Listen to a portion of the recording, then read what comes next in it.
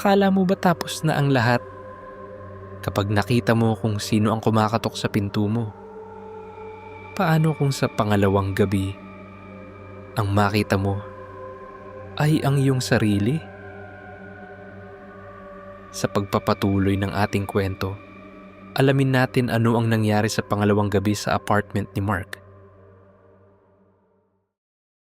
Hindi ako nakatulog matapos ang nangyari kagabi. Paulit-ulit sa isip ko ang nakita ko sa peephole. Isang mata. Nakatingin pabalik sa akin. At ang boses. Buksan mo na. Kinabukasan, agad kong hinanap ang janitor. Manong, may tanong po ako. Tiningnan niya ako, parang alam na niya ang sasabihin ko. May nakita ka ba? Tanong niya sa akin. Hindi ako agad nakasagot. Tumango ako. Huminga siya ng malalim. Pangalawang gabi na, sabay buntong hininga ang janitor. Nanlamig ako. Ano pong mangyayari sa pangatlo? Tanong ko sa kanya. Hindi siya agad sumagot.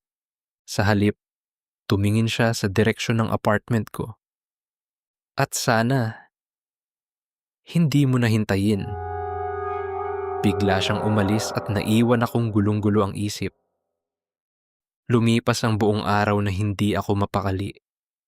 Pakiramdam ko, may sumusunod sa akin. Sa salamin, parang may ibang nakatingin. Sa likod ko, may presensya. Pero paglingon ko, wala naman. Pagsapit ng gabi, nagdesisyon ako. Hindi ako matutulog. Hihintayin ko ang oras. Titignan ko kung ano talaga ang nangyayari. 2:58 a.m. Tahimik. Walang kahit anong ingay. 2:59 a.m. Mas bumibilis ang tibok ng puso ko. Hindi ako kumukurap. Nakatingin lang ako sa pinto habang nasa kama. Pagkatapos, 3 o'clock. 3 katok. Mas mabagal. Mas mabigat. Mas malapit. Takot man ay dahan-dahan akong tumayo. Lumapit sa pinto. Pilit kong pinapalakas ang loob para malaman ang katotohanan. Ramdam ko ang malawig na pawis sa likod ko. Sumilip ako sa peephole at doon ako tuluyang nanlamig. Kitang-kita ko ang mukha ng nasa labas. Walang iba kundi ako. Nakatayo sa hallway. Maputla ang balat. May mga itim na marka ng kamay sa leeg at nakangiti na nakatingin sa akin na tila ba nakikita akong nakasilip sa peephole. Hindi normal na ngiti. Parang pilit. Parang may alam siyang hindi ko alam. Bigla siyang kumatok ulit. At nagsabi, "Buksan mo na." Mas lalo akong natakot sa narinig dahil ito ay sarili kong boses. Eksaktong-eksakto. Parang may echo sa tenga ko. Hindi ako makagalaw. Parang hindi ako makapaniwala sa nakita at narinig. Pagkatapos, ngumiti siya ng mas malaki. Sinabi niya ay, "At alam ko, nandyan ka." Bigla siyang yumuko at tumingin diretso sa peephole. Parang alam niyang nakasilip ako. Bigla akong tumalikod at sumandal sa pinto para magtago. Tumigil ang puso ko.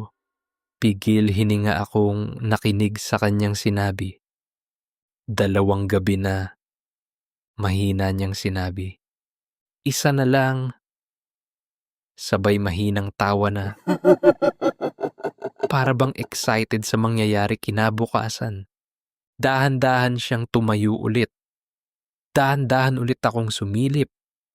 Nakatalikod na siya at bago siya mawala sa hangin, may sinabi siya na hindi ko makakalimutan. Sa susunod na katok, ikaw na ang nasa labas. At tuluyan na siyang naglaho na parang usok. Biglang tumahimik ang hallway, pero hindi pa tapos. dahil may narinig akong katok sa loob ng apartment. Dahan-dahan akong napalingon. Sa likod ko, sa loob ng aking kwarto, kung saan walang dapat ibang tao. At doon ko naintindihan, hindi lang siya nasa labas ng pinto. Unti-unti na siyang pumapasok, di lang sa loob ng bahay kundi pati na rin sa isip ko. Sa huling gabi, hindi na siya kakatok sa labas dahil nasa loob na siya ng apartment. At may isa na lang mangyayari, may papalit. Abangan kung ano ang mangyayari sa pangatlo at huling gabi sa apartment ni Mark. Dito lang yan sa Hiwaga sa Dilim.